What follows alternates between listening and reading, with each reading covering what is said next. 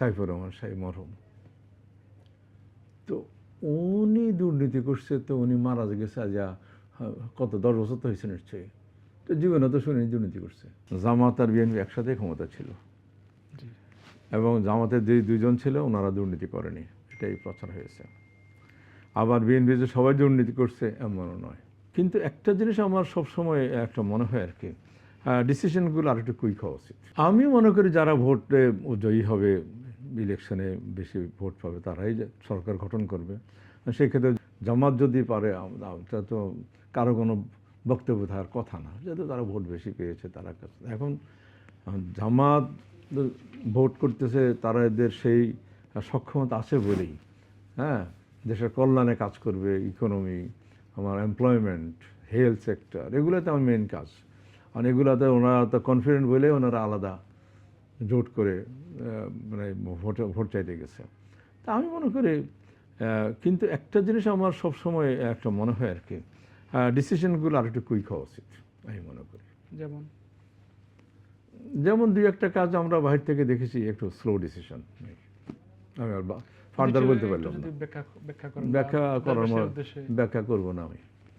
আচ্ছা, এমনি যেটা ধারণা করা হয়, ধারণা বলতে এখন তো সব সামাজিক মাধ্যমের থেকেই সংগ্রহ করা, যে বিএনপি যা বলছে ক্ষমতা আসলে যা করবে সেটা আওয়ামী লীগের মতোই, নাথিং টু চেঞ্জ অনেকে বলে।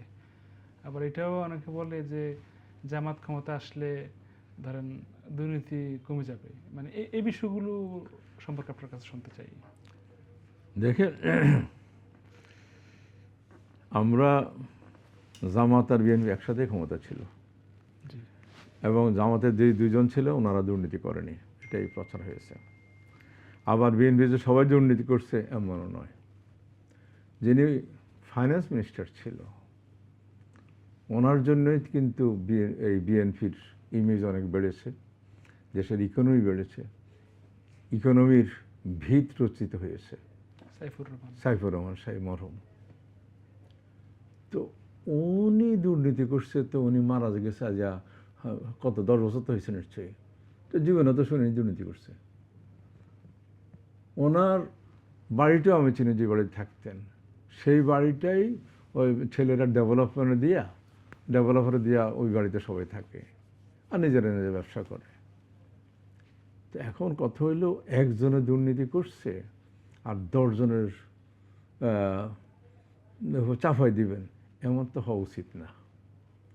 আমি তাদের ডিপেন্ড করতেছি না, যারা দুর্নীতি করছে দুর্নীতি তারা ধরেন। এতগুলো অর্গানাইজেশন আছে, এনএসআই আছে, এসবি আছে, ডিবি আছে, দুদক আছে, ধরল না কেন? আপনি যদি কোনো পার্টির অ্যাগেনস্টে আপনার মানে কেস দেন, তা আসল লোক তো পালাই থাকবে। আপনাকে টার্গেট করতে হবে যারা অন্যায় করেছে তাদের উপরে। সেটাকে আওয়ামী লীগ আমলে বিএনপিরও করছে নাকি? বিএনপি তো খালেদা জিয়া তো অ্যাকাউন্ট থেকে আর অ্যাকাউন্টে পয়সা গেছে, এই জন্য ওনাকে দুর্নীতিবাজ করছে। হইল কথাটা? তাহলে ভালো মানুষের ভালো, সাদাকে সাদা, কালো কালো বলা হয়নি। সবাই আপনার কি বলে এটাকে, হিংসা বিদ্বেষের হিংসাত্মক কাজ, হিংস্রতা, এগুলো প্রকাশ পাইছে।